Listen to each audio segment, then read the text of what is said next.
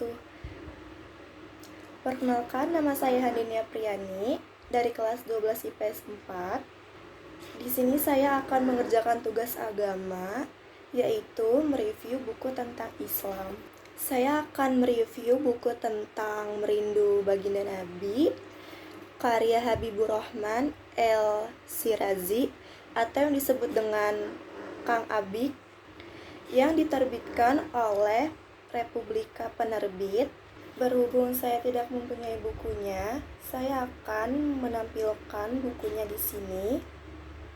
Jadi novel Merindu Baginda Nabi karya Habibur Rahman El-Shirazi atau yang disebut Kang Abik menyajikan dua konflik utama. Yang pertama, konflik antara Arum dan Rifa yang dipicu oleh rasa benci dan cemburu.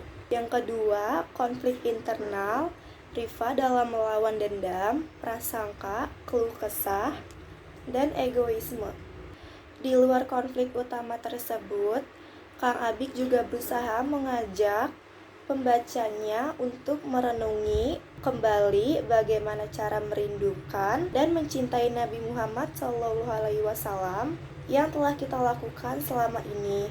Apakah kita sudah meneladani dan mengikuti baginda Rasulullah dengan tepat atau justru hanya sampai pada keinginan belakang?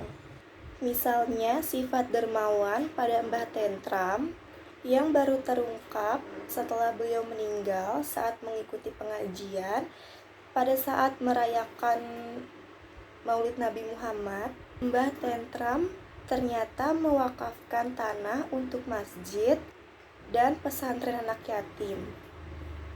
Dari sini kita bisa belajar bagaimana beliau mengamalkan hadis Nabi yang menjelaskan bahwa kedekatan Nabi Muhammad SAW dengan orang-orang yang menyayangi dan menyantuni anak yatim piatu seperti jarak antara jari telunjuk dengan jari tengah.